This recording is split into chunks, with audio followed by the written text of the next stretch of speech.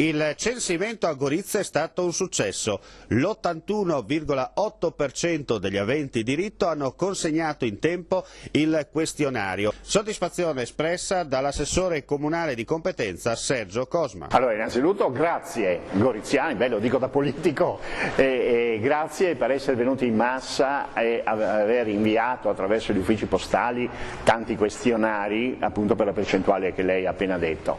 Mentre ricordo che a partire dal 9, cioè da venerdì, i nostri rilevatori usciranno dal comune per visitare coloro che non hanno consegnato, essendo ammalati, non potendo uscire da casa, andranno in giro per le case di riposo, andranno anche a trovare quei nuovi goriziani che sono venuti a abitare a Gorizia fra il 1° gennaio di quest'anno e l'inizio del censimento. Ecco, specifichiamo, non porte aperte ma bensì controllo. Anche. Non porte aperte, perché non si sa mai chi arriva o chi bussa.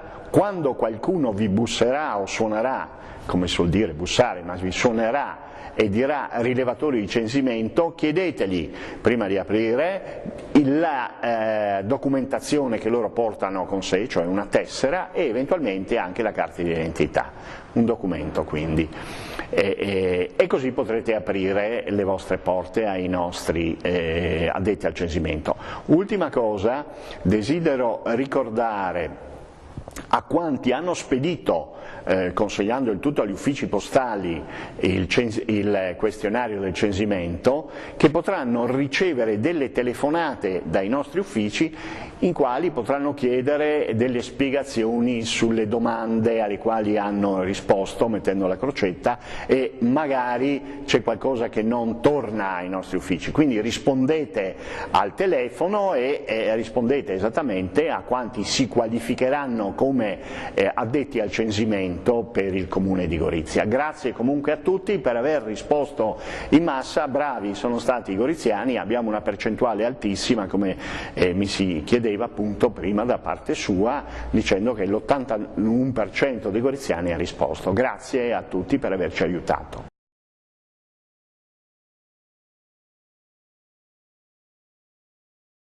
La radiazione, con relativa disgregazione di quella che era la seconda società regionale di basket più importante in Friuli Venezia Giulia, ha fatto danni veramente ingenti. A Monfalcone in questi giorni non si parla d'altro, lo shock è veramente irrimediabile. Queste le parole di Anna Maria Cisint, capogruppo della lista Obiettivo Rinnoviamo Monfalcone. La situazione è decisamente, la potrei definire drammatica, in considerazione del fatto che la squadra è stata ormai radiata, non potrà più partecipare al campionato e di conseguenza le aspettative e anche le prospettive che si erano poste prima dell'inizio del campionato sono tutte sparite.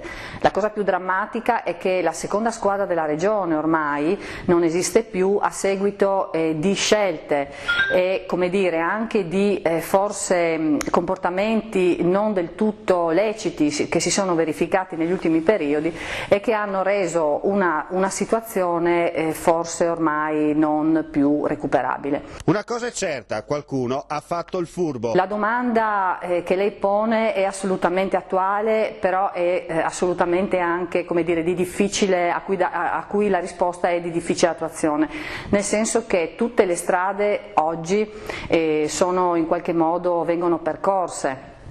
È logico che è impossibile immaginare una realtà come quella monfalconese, in cui comunque la situazione economica si fa sentire in maniera pesante, con una realtà di basket come quella che era stata prospettata, nel senso che è difficile oggi ottenere delle sponsorizzazioni che consentano anche delle spese importanti come quelle della gestione di una squadra ad alto livello. È logico che i tifosi sono molto delusi, la città è sotto shock.